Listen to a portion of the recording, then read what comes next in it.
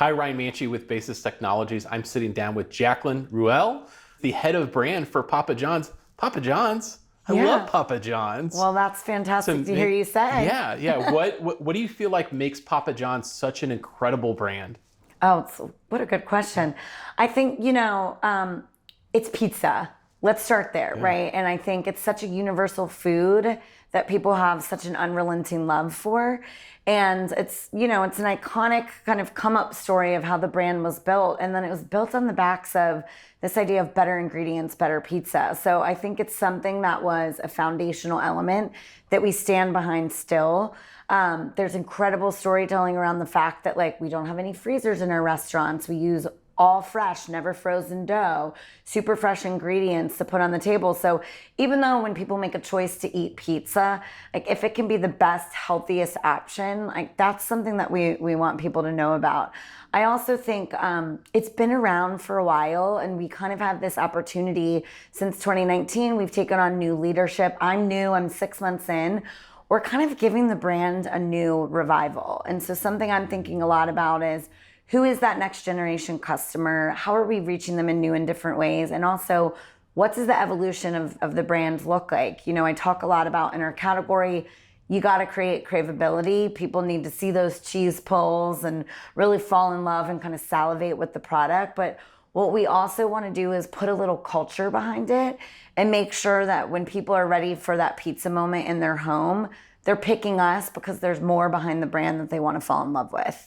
That's amazing. And so as you look to connect with those consumers, still stay loyal to the loyalists that are there, but find those new audiences and talk up the great pizza, the great offering that you have. What are ways that you're doing that to build the brand? How are you thinking about that from a paid media perspective to be able to drive more awareness and drive more pizza orders? Yeah, I'd say we're thinking about it from paid, but we're kind of looking at the whole model, right? So earned, owned, shared, and paid. We're really looking through that integrated lens. And I think a lot of things that we're doing internally starts with the product itself and how we're innovating and bringing new and different things to the market. Then by way of the marketing that we're putting out in the world, we're making sure that it's just not a one-shot deal. So we're working hand in hand with our PR and media relations teams to actually build stories that can earn headlines that go on the world. We're spending a ton of time on TikTok right now. So I think, who isn't on TikTok right now? A lot of brands are really finding ways to prevail there, but really leaning into those trending moments and finding a lot of people that are doing cool hacks with our pizza. Something that just went really well is we showed people how to heat up a slice of pizza with water in an air fryer, right? And finding little unique things that people are doing. Butter boards took off earlier this year on TikTok, and we leaned in and we did a whole board made on the basis of our garlic butter, which we know is such a rabid fan favorite. And in the paid media space, we're doing a lot of social influencer amplification. Obviously, you can't get away as a pizza company with not being on TV, but really surrounding the TV buys with extended placements in social, digital, looking at gaming platforms like Twitch, looking at partnerships with people like WWE. So kind of cracking into the customer and understanding. I always talk about what do they care about besides pizza? Because we know they don't wake up every day going, oh, Papa John's every morning. So it's finding what they kind of align with from a brand affinity standpoint, and then starting to look at some of those partnerships and platforms that allow us to kind of meet them where they are during the day and remind them that when they're ready to order us, they're going to bring the pizza home from us. Yeah, that's amazing. And you mentioned so many different platforms that are out there that are available. I think that's one of the things that I both love about the industry, but also it is overwhelming at times. That's the word I would have used also. Yeah, it is very, very complex. So how is the team structured, and how are you thinking about building out those internal capabilities, those areas of expertise, and then also how are you thinking about working with those partners at those different platforms, working with different agencies to be able to make sure that you stay on top of everything and where you need to be? Yeah, it's a full-time job just keeping up with. I'm there's probably a platform launching as we speak, right? So my brand team is structured by way of, we are in charge of all the creative content that comes out from the brand. So I've got an internal creative team. I've got a team of brand managers that helps to manage our agency partnerships. We've got 2 great agencies. We have an AOR that we work with and a multicultural agency. And then we have the whole social team that reports up under the brand as well. And then we're adjacent to the media team. So really working on that like cross-functional team dynamic internally. And so the way that we think about it is we really have to zoom in on where we believe that our core customer is playing right now. And honestly, it's TikTok and Instagram. We're really kind of focusing there. But then we also have to look for where that next generation customer might be, which is where we find opportunity to layer things in like the gaming platforms. And then from a partnership perspective, we spend a lot of time in sports. It makes sense. You know, pizza and sports goes hand in hand. But also if you think about what are those captive pizza eating moments, a lot of times like someone's staying in, they've got the games going on, pizza's on the table, right? You're tailgating, if you will. You're bringing people over, pizza's going to be on the table. So we think about from a TV standpoint, like what are those moments where people are going to be sitting at home watching the games? How can we kind of create that intercept for where we make the moment greater by putting a box of Papa John's on the table? So, you know, with so much out there, you can boil the ocean. I feel like every day trying to go in a lot of places.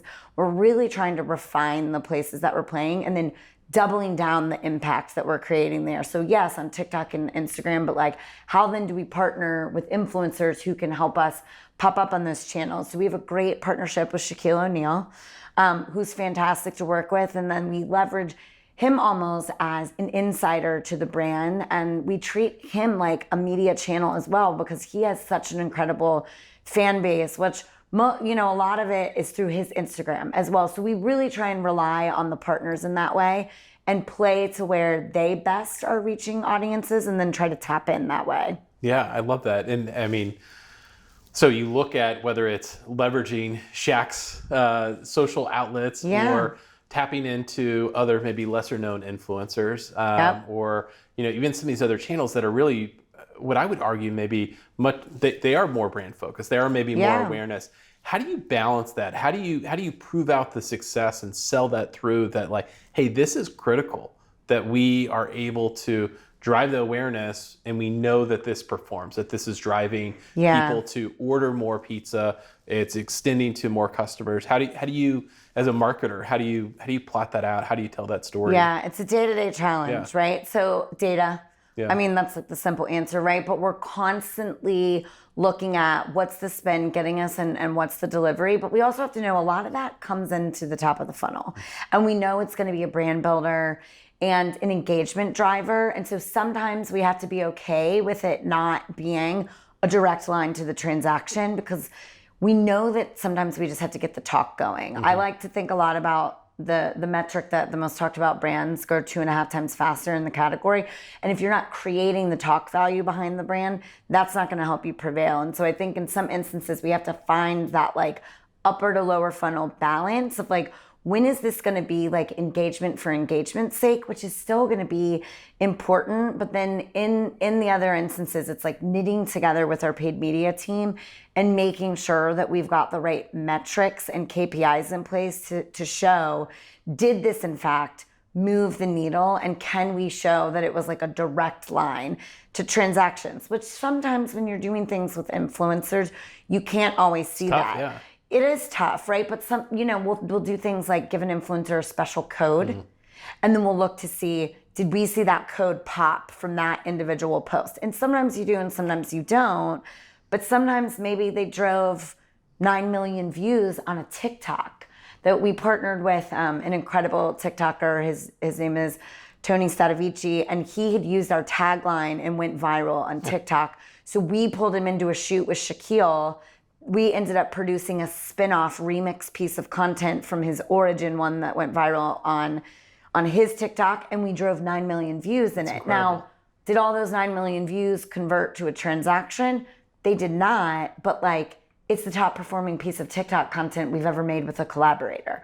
So those are the trade-offs that sometimes you have to make sure that your name gets out there. But I literally have people that come to me and say, oh my God, you're the one that brought Tony to come do the thing with Shaq. So they saw it, right? And they've connected the dots back to Papa John's. So sometimes when you think about building that brand love, you got to keep that awareness metric top of mind. That's great. I love that.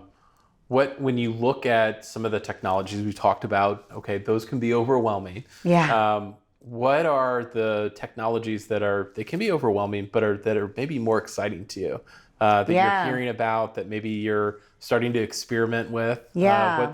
What are some of those? So there's like little fixes that need to be done of just like how we think about creating better. We have played in the AI space. During Super Bowl, we always pop up with Shaquille. He does Shaq's Funhouse. We partnered with one of the other sponsors called Netspin, and we did a co-collaboration with them. For anyone that wasn't at the Super Bowl, that was sitting at home, if you tuned in to our co-branded video we did with the Netspin team, by way of a dollar bill, we created an AI experience where we gave away $5,000 worth of free pizzas to people that were back home experiencing the Super Bowl. So we could be the pizza that became their kind of party favor for the parties that they were hosting. So we are playing with it a little bit. It's just, it's not a hardcore thing right now that we're working against. But I know that it's hot right now. So it's worth us dabbling a little bit, but it just hasn't become a firmly planted effort in the marketing calendar yet. Yeah, well, it will be fun to hear maybe a year from now to hear, hey, here's all the different areas that we experimented with and kind of played around. But I love even just the simple applications. You take complex, overwhelming things and you find those moments to, like the Super Bowl promotion, to surprise and delight people. Yeah, exactly. Which is just amazing. I feel like that's a great example.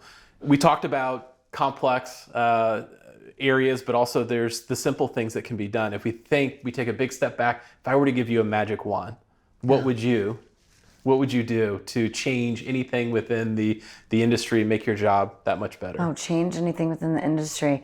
You know what? I think that the content making piece of it is the piece I want to keep iterating on. I think speed to marketplace with the way that consumers interact with like feeds, I think we spend a lot of time creating things that take too long. And I think like iterating faster and optimizing against the content that's working, which is a lot of what's going on in the social space. I would like to see more of that happening in shorter timelines so we can put more content out in the world that surprises and engages fans to play with. I love it. Jaclyn, thank you. Real fresh perspective and real fresh ingredients, right? That's right. So yeah, I love it. That's what we're here for. Thank you so much for joining me today. Thank you. Appreciate it.